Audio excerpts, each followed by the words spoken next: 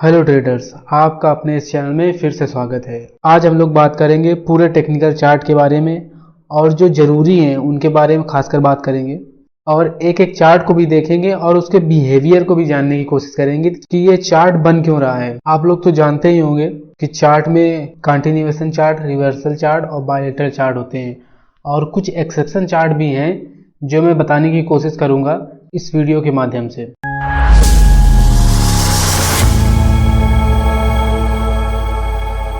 पहले हम लोग चार्ट के पैटर्न को देखने से पहले हमें उसके बिहेवियर को समझना ज़्यादा जरूरी है। जैसे एक व्यक्ति पूरे दिन काम करता है और रात में वो थक हार के सोता है या आराम करता है, इसी तरह हमारा स्टॉक मार्केट में चार्ट जो है उसी तरह बिहेव करता है जिस तरह एक आदमी। अगर ये आदमी दौड़ता रहेगा और दौड़ते दौड़ते थक जाएगा और थकने के बाद भी अगर ये दौड़ता रहा तो उसका क्या होगा, एक तो स्पीड स्लो हो जाएगी और स्पीड स्लो होने के बाद फिर भी वो दौड़ता रहा या चलता रहा तो उसकी मौत हो जाएगी।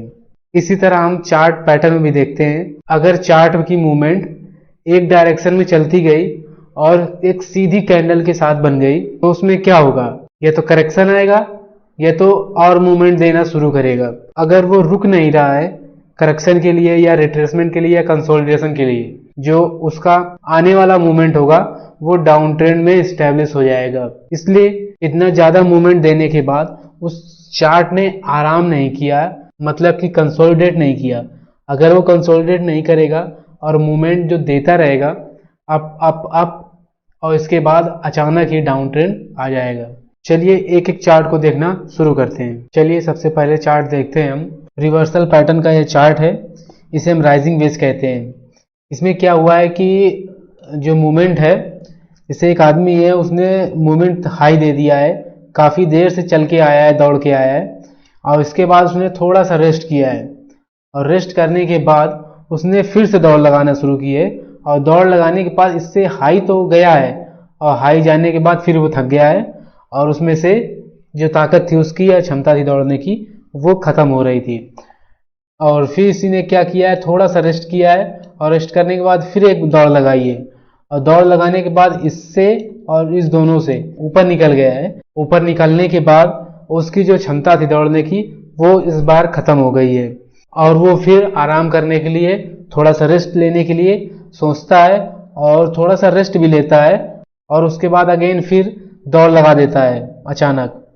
और अचानक दौड़ लगाने के बाद वो जिस प्रीवियस एरिया में पहले गया था उसी एरिया के आसपास वो रिवर्स हो जाता है और इतना ज़्यादा थक जाता है कि अपनी कंटिन्यूएशन दौड़ छोड़ देता है और वो दूसरी डायरेक्शन की ओर चलने लगता है। और इसमें नया आदमी कहाँ से शुरू होगा आने को, नया आदमी जब यहाँ से आएगा, जब इसके नीचे ब्रेक करेगा, इसके नीचे ब्रेक करने के बाद यहाँ से नए आदमी जुड़ेंगे और वो एनर्जी से भरे होंगे जिससे वो पाथ जो है सडन मूव आने की संभावना काफ़ी होती है यहाँ पर। अब इस चार्ट में देख लेते हैं, कैंडल स्टिक चार्ट में किसने सेम वही किया है। एक रन करके आया है, बहुत दूर से रन होके आया है, दौड़ के आया है, इसके बाद ज़रा सा कंसोलिडेट किया है और फिर रन करना शुरू कर दिया इसने और फिर ज़रा सा कंसोलिडेट किया, फिर रन किया, जिससे इसकी दौड़ने की क्षमता थी उससे थोड़ा थोड़ा मूवमेंट दिया उसने और इसके बाद सडन मूव आ गया इसको, मतलब कि वो बीमार हो गया, थक गया, हार गया, अब कह रहा है अब नहीं दौड़ेंगे। और उसके बाद इसमें कुछ नए व्यक्ति आ गए हैं। जो व्यक्ति यहाँ थक हार के बीमार हो गया था, नए व्यक्तियों ने अपनी जगह बनाई और पाथ को रिवर्स किया और ब्रेक डाउन किया यहाँ पर और मूवमेंट नया आ चुका है।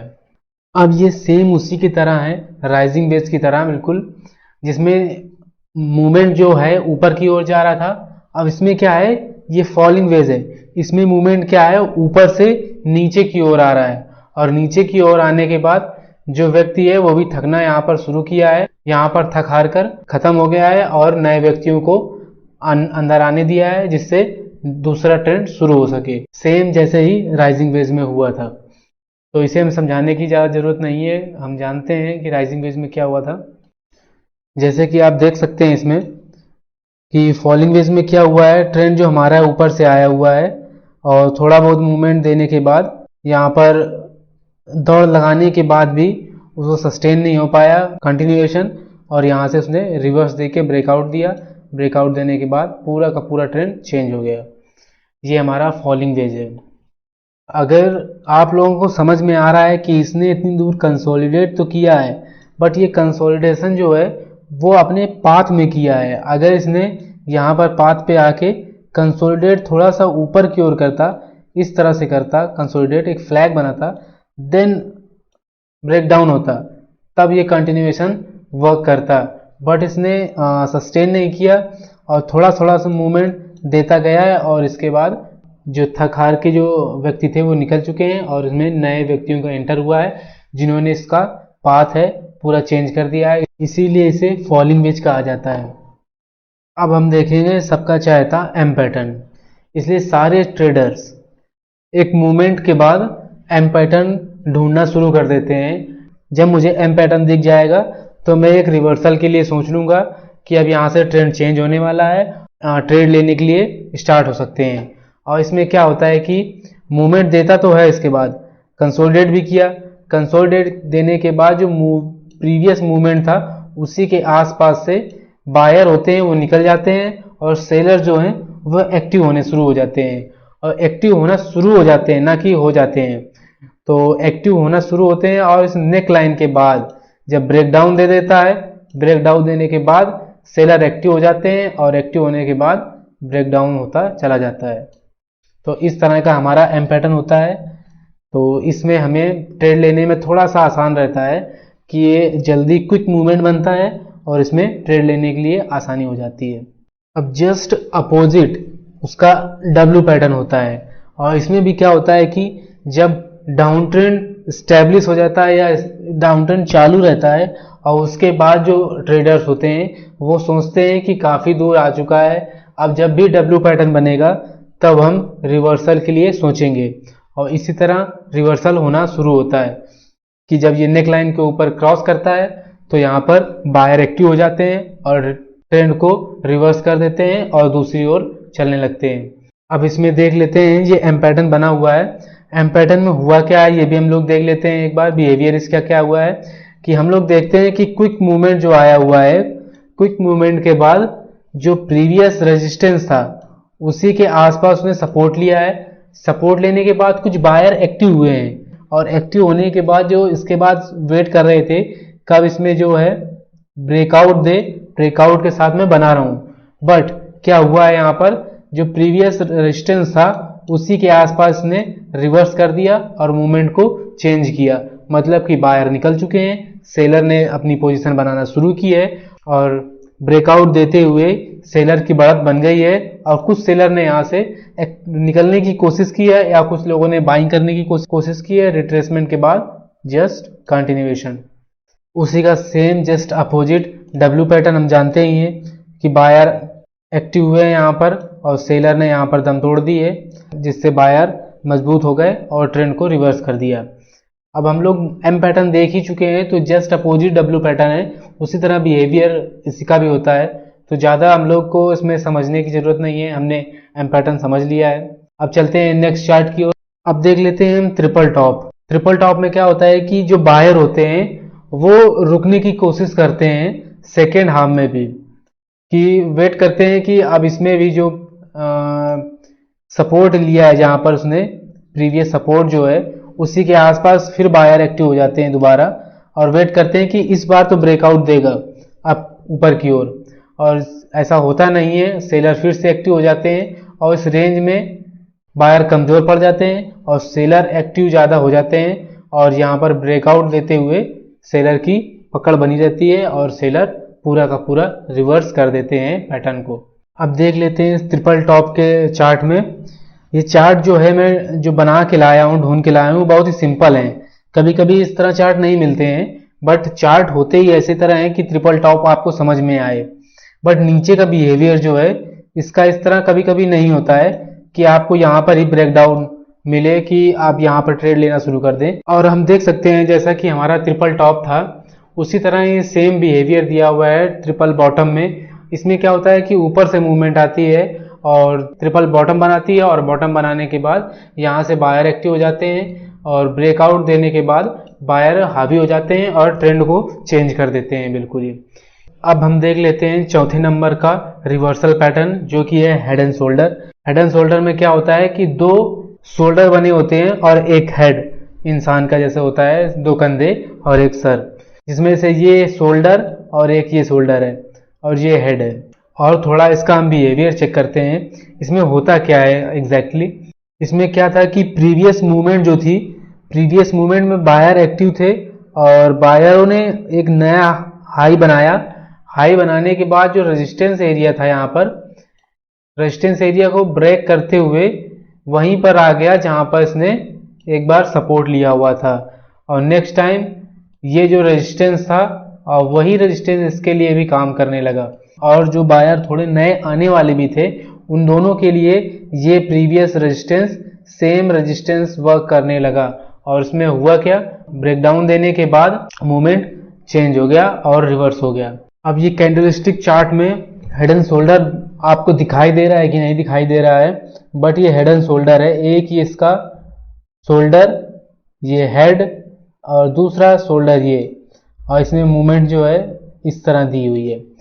ये तिरछा बना हुआ है। चार्ट कभी भी आपको नजरों से समझ में नहीं आएंगे, आपको उसमें ड्रॉ करके रखना पड़ेगा जब तक आप उसमें परफेक्ट नहीं हो जाते। अगर आप धीरे धीरे परफेक्ट हो जाएंगे तो आपको दूर से ही चार्ट दिखाई देने लगेगा कि इसने हेड एंड शोल्डर बनाया है, कि एम पैटर्न बनाया है, कि राइजिंग वेज बनाई है, क्या चीज बनाया है, वो आपको नेकेड चार्ट में दिखना शुरू हो जाएगा। इसलिए पहले थोड़ा परफेक्ट होइए, कौन सा चार्ट कब बनता है और कहाँ पर बनता है। आपको ये काफी चार्ट देखने पड़ेंगे। स्टॉक के चार्ट उठाइए, उनको देखना शुरू करिए, कहाँ पर से हेड एंड शोल्डर बन रहा है, कहाँ पर इन्वर्टेड हेड एंड शोल्डर बनता है, कहाँ पर एम पैटर्न बनता है। इस तरह के पैटर्न को आप देखना शुरू करेंगे तब आपको समझ में आएगा। और उनकी नेकलाइन जो है तिरछा भी बन सकती है और सीधी भी बन सकती है। तो इस तरह को आप जब तक देखेंगे नहीं, मेजर नहीं करेंगे, तब तक आपको समझ में नहीं आएगा। अब हम लोग सीधा आ चुके हैं candlestick inverted head and shoulder में। हमने लाइन चार्ट ऐसे ही एग्जैक्ट देखा हुआ है हेड एंड शोल्डर पैटर्न में, तो हम दोबारा इन्वर्ट हेड एंड शोल्डर को हम आपको इसी में ड्रॉ करके बता देते हैं। एक ये शोल्डर बनाया इसने और ये हेड बना के शोल्डर अगेन, और इसके बाद रिवर्स कर दिया पैटर्न को। और इसमें भी देख लीजिए जो आपकी नेक लाइन है, नेक लाइन कितना डिफर कर रही है। नेक लाइन आपकी एक यहाँ पर आ रही है और दूसरी जो है यहाँ पर ही आ जाती है। आपने देखा इसमें दो दो नेक लाइन बन रही हैं जो कि आपको परेशान कर सकती हैं। जब तक आपका ब्रेकआउट ना हो जाए आप वो कंफर्मेशन के बाद ही ट्रेड लेने की कोशिश करें। इसमें एक पैटर्न और है रिवर्सल का, कप एंड हैंडल पैटर्न। इसमें क्या होता है कि जो मूवमेंट होता है बुलिश मूवमेंट के साथ चलता है और इसमें सडन रिवर्स होता है। रिवर्स होने के बाद एक छोटा सा पुल बैक देता है, पुल बैक होने के बाद फिर कंटिन्यूएशन रिवर्स की ओर चला जाता है नेकलाइन को ब्रेक करते हुए। तो ये हमारा कप एंड हैंडल पैटर्न है। और इसी तरह हमारा reverse cup and handle pattern है, वो जस्ट अपोजिट बनता है इसके। ऊपर से आता है तो रिवर्स हुआ, रिवर्स होने के बाद एक कप बनाया, एक हैंडल बना के फिर गो अप। अब जितने भी हमने यहाँ पर चार्ट देखे हुए हैं सारे रिवर्सल चार्ट देखे हुए हैं। कप और हैंडल पैटर्न से ज़्यादा हम लोगों को ये चार्ट ज़्यादा दिखाई देते हैं मार्केट में। एम पैटर्न हो गया, W pattern, triple top, triple bottom, head and shoulder, inverse head and shoulder, invert head and shoulder, और फॉलिंग वेज, राइजिंग वेज। इस तरह के चार्ट हमें मार्केट में अक्सर दिखाई देते रहते हैं। सबसे खास हमारा एम पैटर्न और डब्ल्यू पैटर्न होता है। और मैं एक चीज़ और कहना चाहूँगा, अगर आप लोगों ने ट्रेडिंग करियर शुरू किया है और ट्रेडिंग करियर में आपने कोई भी चार्ट देख के एंट्री कर लिया, एग्जिट करने की कोशिश की, तो आप सफल होने के चांस कम है। इसलिए आपको क्या करना पड़ेगा, आपको एक ही पैटर्न पे अगर आप ट्रेड लेना चाहते हैं तो एम पैटर्न पे या ट्रिपल टॉप पैटर्न में या हेड एंड शोल्डर पे आपको कंसीडर करना पड़ेगा आपको कौन सा ट्रेडिंग स्टाइल प्रेफर करना चाहिए और कौन सा चार्ट प्रेफर करना चाहिए। आप ट्रेड तो हर चार्ट में ले सकते हैं, आप किस चार्ट के साथ कॉन्फिडेंस हो रहे हैं उस चीज को आप अपने ट्रेडिंग स्टाइल में प्रेफर करें। रही बात कंटिन्यूएशन और बायलैटरल चार्ट की, तो हम अगले वीडियो में देखेंगे। इस वीडियो को ज्यादा लंबा करना सही नहीं है और हम मिलते हैं नेक्स्ट वीडियो में। और इस वीडियो को लाइक करें अगर आपको पसंद आ रहा हो, और इस चैनल को जरूर सब्सक्राइब करें जिससे आने वाले वीडियो आपकी नोटिफिकेशन में मिलते रहें।